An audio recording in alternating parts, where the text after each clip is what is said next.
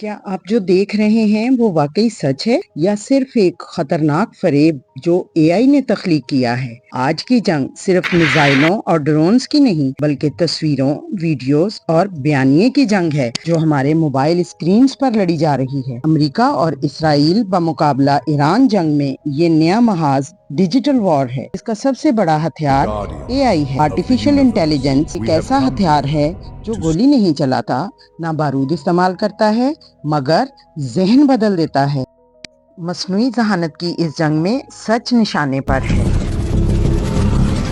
If anyone needed an explanation, आपको leader वो कहते दिखाई देंगे जो उन्होंने कभी कहा ही नहीं, क्योंकि डीप फेक आपकी आवाज नकल करता है। इस जंग में गोलियों से ज्यादा कहानियां फैल रही हैं। हजारों अकाउंट्स एक ही बात बार बार लगातार दोहराएंगे, यहाँ तक कि आप एक झूठ को सच समझने लगे। ये इंसान नहीं, बूट्स हैं। एल्गोरिथम बोलते हैं और सच का कत्ल करते हैं। पुरानी तस्वीर और ऐसे वाकयात की वीडियोस जो कभी रोनमा नहीं हुए, उन्हें नए पस मंजर में अपने मुताबिक ढाल कर आपको दिखाया जाता है।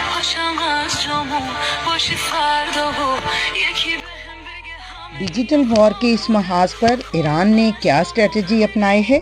उसने अमेरिका इसराइल बमबारी में तबाहशुदा स्कूल, अपने जलते हुए शहर, मलबे तले दबे ख्वाब, खून में लिपटे बच्चे और खामोश चीखें दुनिया को दिखाने के लिए एआई का इस्तेमाल किया है। एआई जो आंखों से नहीं दिल से खेलता है। ईरान ने अपना बयानिया एआई के जरिए इतने मौसर अंदाज में पेश किया है कि दुनिया इसे देखने पर मजबूर हो गई है।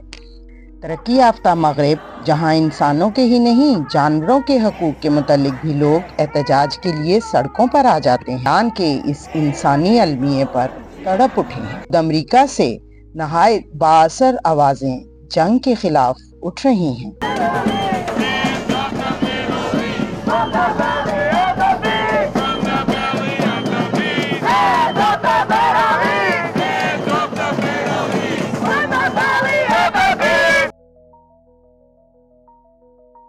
This is the day that Iran was bombed brutally, the day that the supreme leader was assassinated, the day that 40 leaders were killed, the day that the granddaughter of the supreme leader was killed. What happened? Well, the first speaker from Bahrain, the ambassador, said, "We are here to condemn the unprovoked attack on us by Iran."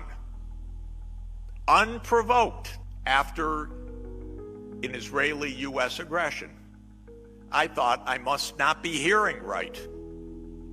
Then came the French ambassador. "We are here to condemn Iran's attack." Then came the Danish ambassador. "We are here to condemn Iran." Then came the British ambassador. "We are here to condemn Iran." Then came the Greek ambassador. "We are here to condemn Iran." Only 3 countries condemned Israel and the United States for attacking: Russia, China, and I believe it was Somalia. Tell you what's going on. It's an American military base on their soil. They are not sovereign countries. They dare not speak. They host the US military, they host the CIA, they watch their backs.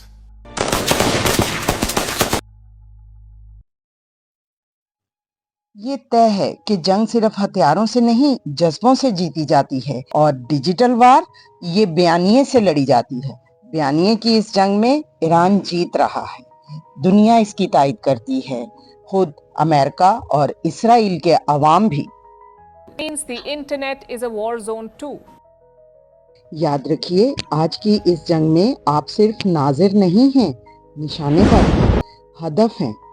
और जान लीजिए, digital वार में दिफा का सबसे बड़ा हथियार सच की पहचान है। आप भी सच को पहचानिए। इसके लिए सोर्सेज मौजूद हैं, इन्हें इस्तेमाल कीजिए और फरोख दीजिए। कोई भी पोस्ट शेयर करने से पहले यकीन कर लीजिए कि आप कुछ गलत तो नहीं कर रहे। अगर आप समझते हैं कि ये वीडियो मालूमाती है तो अपने हिस्से का सच आगे बढ़ाइए, इसे शेयर कीजिए, क्योंकि आगाही का फरोग सबसे बड़ी ताकत है।